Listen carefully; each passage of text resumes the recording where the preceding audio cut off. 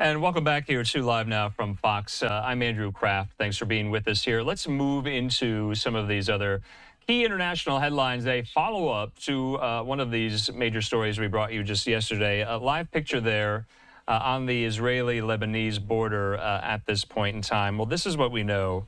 Walkie-talkies and solar equipment exploded in Beirut and other parts of Lebanon today in an apparent second wave of attacks targeting devices a day after pagers used by Hezbollah blew up, injuring thousands of Hezbollah fighters. At least 14 people were killed and more than 450 were wounded in the second wave here. So this is a story that keeps going. Fox News correspondent Nate Foy has more from the region.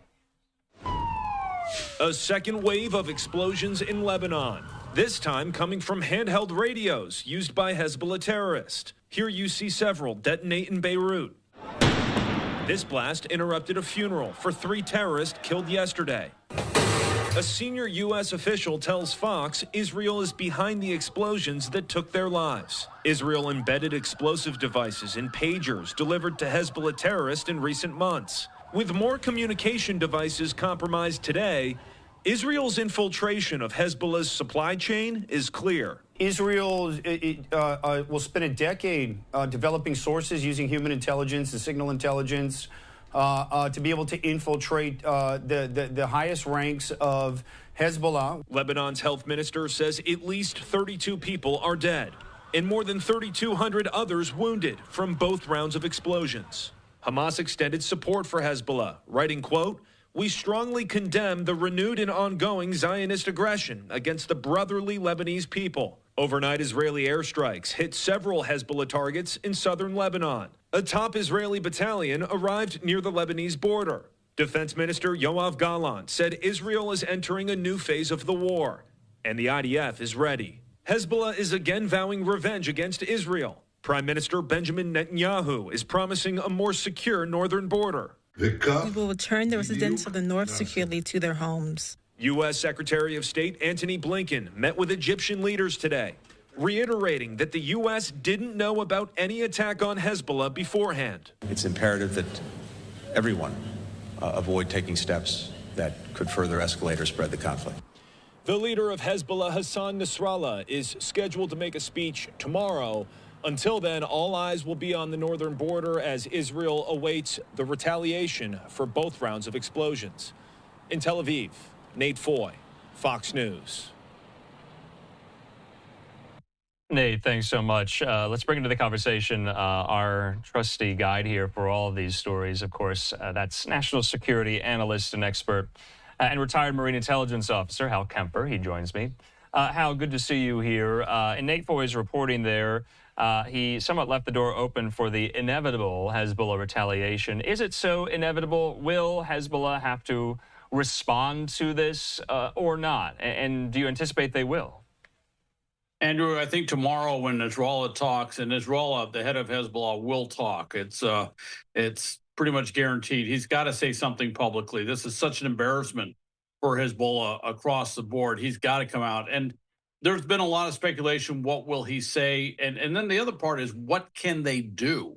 You know, there are severe limitations. Right now, Hezbollah is a little bit hamstrung. Those pagers and the walkie-talkies, certainly the pagers especially, went out to the mid to upper level of Hezbollah. Those were not lower level troops, if you will. These were upper level, you know, like terrorist cell leaders, managers. Those are the folks that had those pagers.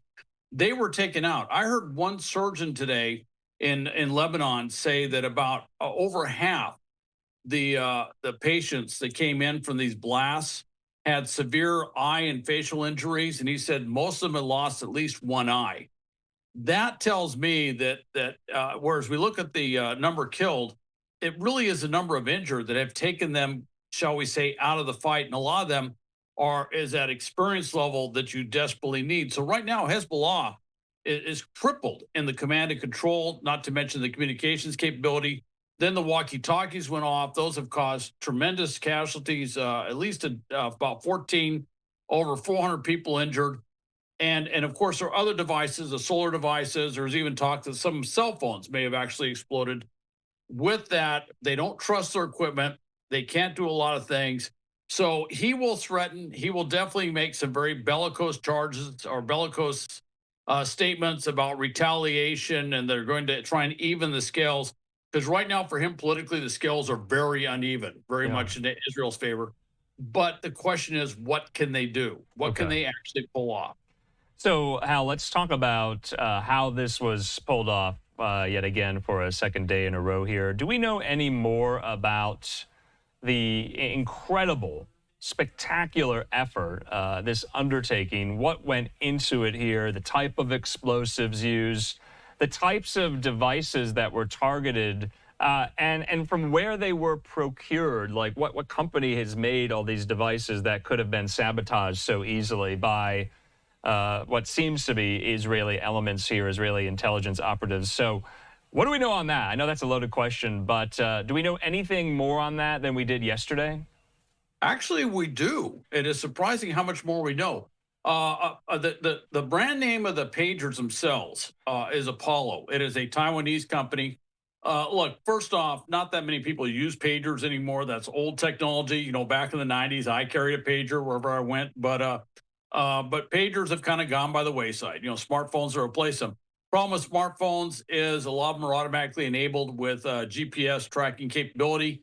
And certainly a country as sophisticated as Israel, if someone disables their GPS tracking, they probably have surreptitious ways that they can get around that. With all of that said, all right, they switched to these pagers, a more analog, I say more analog form of technology. Apollo, the CEO of Apollo has come out and said publicly, we did not sell these to Hezbollah.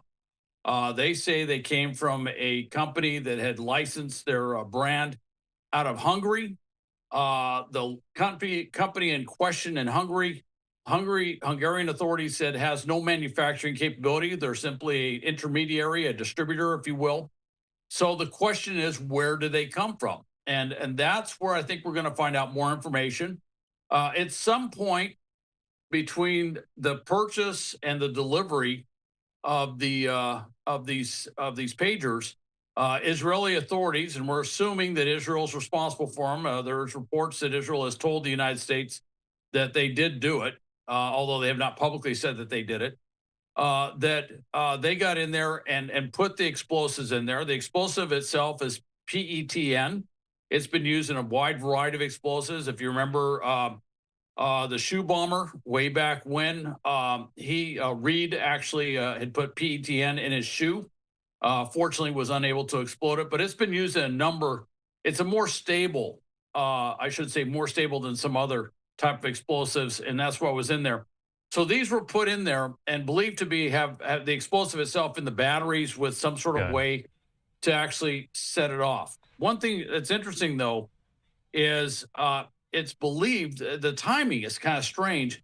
It's believed the timing may be because Hezbollah operatives or Hezbollah personnel had been discussing that there was something wrong with these pagers.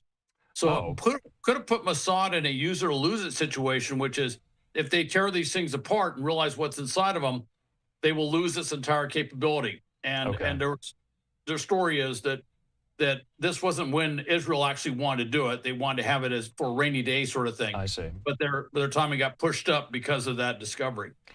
So what type of message gets sent to thousands of pagers at the very same time from, I don't know, the Hezbollah high command to these mid and senior level managers here? I mean, was it that pressing and that urgent that this needed to go out to a wide array of these fighters and these terrorists, or was it something benign? That's what I just am having trouble with this story. What message needed to be sent to trigger this simultaneously here? And you're also seeing how online some Israeli skeptics and critics of Israel saying that civilians were targeted. Was only Hezbollah fighters and terrorists targeted in this? Was it only that and maybe civilian collateral damage, or were some civilians targeted? What do we know on that?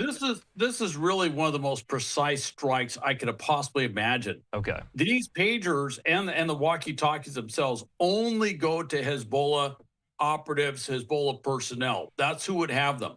Now, incidentally, and unfortunately, a couple of children did manage to be in proximity to when these things explode.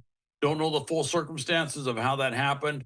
You're never going to have 100%, any type of kinetic strike, you're never going to have 100% a perfect strike that only hits the bad guys. But this is about as close to perfection as you're going to get. 2,800 people hurt.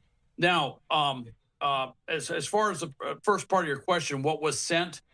Everything I've said says it was a numeric code that was sent. And the idea was the page goes and they take out their pager and they look at it, which most of them, according to some reports, most of them did.